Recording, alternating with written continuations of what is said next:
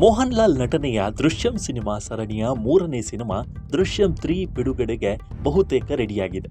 ಭಾರತೀಯ ಚಿತ್ರರಂಗದ ಅತ್ಯಂತ ಯಶಸ್ವಿ ಸಸ್ಪೆನ್ಸ್ ಥ್ರಿಲ್ಲರ್ ಸಿನಿಮಾ ಸರಣಿಯಾಗಿರುವ ದೃಶ್ಯಂನ 3ನೇ ಭಾಗವನ್ನ ಈ ಸರಣಿಯ ಕೊನೆಯ ಭಾಗ ಎನ್ನಲಾಗ್ತಿದೆ.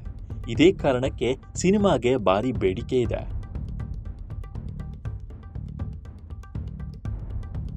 ದೃಶ್ಯಂ 2 ಸಿನಿಮಾ ಕೋವಿಡ್ ಸಮಯದಲ್ಲಿ ನೇರವಾಗಿ OTTಯಲ್ಲಿ ಬಿಡುಗಡೆಯಾಗಿತ್ತು. ಈಗ ದೃಶ್ಯಂ 3 ಚಿತ್ರಮಂದಿರಗಳಲ್ಲಿ ಬಿಡುಗಡೆ ಆಗಲಿದೆ. ಆದರೆ ಬಿಡುಗಡೆಗೆ ಮೊದಲೇ ಸಿನಿಮಾಕ್ಕೆ ಕೆಲವು ಕಾನೂನು ಸಂಕಷ್ಟಗಳು ಎದುರಾಗಿವೆ. ಆದರೂ ಸಹ ಹಲವು ಹೂಡಿಕೆದಾರರು ಸಿನಿಮಾದ ಮೇಲೆ ಹೂಡಿಕೆ ಮಾಡುತ್ತಿದ್ದಾರೆ.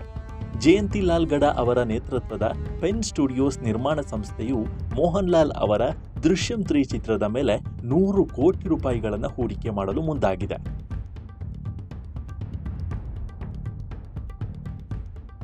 ಈ ಹಿಂದೆ ದೃಶ್ಯಂ 2 ಚಿತ್ರವನ್ನ ನೇರವಾಗಿ ಅಮೆಜಾನ್ ಪ್ರೈಮ್ ವಿಡಿಯೋದಲ್ಲಿ ಬಿಡುಗಡೆ ಮಾಡಲಾಗಿತ್ತು. ಇದರಿಂದ ಚಿತ್ರಮಂದಿರಗಳ ಮಾಲೀಕರು ಅಸಮಾಧಾನಗೊಂಡಿದ್ದರು. ಈಗ 3ನೇ ಭಾಗದ ಹಕ್ಕುಗಳ ವಿಚಾರವಾಗಿ ಅಮೆಜಾನ್ ಮತ್ತು ನಿರ್ಮಾಣ ಸಂಸ್ಥೆಯ ನಡುವೆ ಕೆಲವು ಭಿನ್ನಾಭಿಪ್ರಾಯಗಳು ಅಥವಾ ಚರ್ಚೆಗಳು ನಡೆಯುತ್ತಿವೆ ಎನ್ನಲಾಗ್ತಿದೆ. ಇದರ ನಡುವೆಯೂ ಸಹ ಪೆನ್ ಸ್ಟುಡಿಯೋಸ್ ಧೈರ್ಯ ತೋರಿದೆ. ಈ ಚಿತ್ರವನ್ನ ಮಲಯಾಳಂ ಮಾತ್ರವಲ್ಲದೆ ಹಿಂದಿ ಸೇರಿದಂತೆ ಇತರ ಭಾಷೆಗಳಲ್ಲೂ ದೊಡ್ಡ ಮಟ್ಟದಲ್ಲಿ ಬಿಡುಗಡೆ ಮಾಡಲು ಯೋಜನೆ ರೂಪಿಸಲಾಗಿದೆ.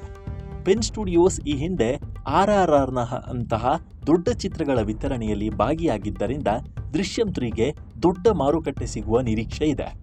ದೃಶ್ಯಂ 3 ಸಿನಿಮಾದ ವಿಶ್ವದಾದ್ಯಂತ ವಿತರಣೆ ಹಕ್ಕಿಗಾಗಿಯೇ ಪೆನ್ ಸ್ಟುಡಿಯೋಸ್ 100 ಕೋಟಿ ರೂಪಾಯಿ ಹೂಡಿಕೆ ಮಾಡ್ತಾ ಇದೆ.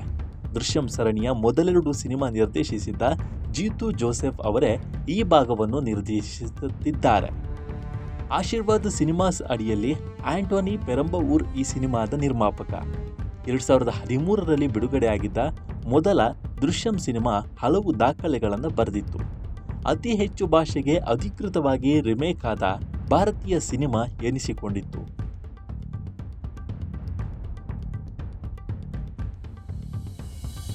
ದೃಶ್ಯಂ 2 ಸಿನಿಮಾ 2021ರಲ್ಲಿ ನೇರವಾಗಿ OTTಯಲ್ಲಿ ಬಿಡುಗಡೆಯಾಗಿತ್ತು. ಈಗ ದೃಶ್ಯಂ 3 ಸಿನಿಮಾ ಮೇ 21ರಂದು ಚಿತ್ರಮಂದಿರಗಳಲ್ಲಿ ಬಿಡುಗಡೆಯಾಗಲಿದೆ. ದೃಶ್ಯಂ 3 ಈ ದೃಶ್ಯಂ ಸರಣಿಯ ಕೊನೆಯ ಸಿನಿಮಾ ಎನ್ನಲಾಗ್ತಿದೆ. ಈ ಬಗ್ಗೆ ನಿಮ್ಮ ಅಭಿಪ್ರಾಯವೇನು ಅನ್ನೋದನ್ನ ಕಾಮೆಂಟ್ ಮಾಡುವ ಮೂಲಕ ತಿಳಿಸಿ. ನಮ್ಮ ಚಾನಲ್ ಅನ್ನ ಸಬ್ಸ್ಕ್ರೈಬ್ ಮಾಡಿ. ಜೊತೆಗೆ ಈ ವಿಡಿಯೋ ಇಷ್ಟ ಆಗಿದ್ರೆ ಲೈಕ್ ಮಾಡಿ ಮತ್ತು ಶೇರ್ ಮಾಡಿ. ಧನ್ಯವಾದಗಳು.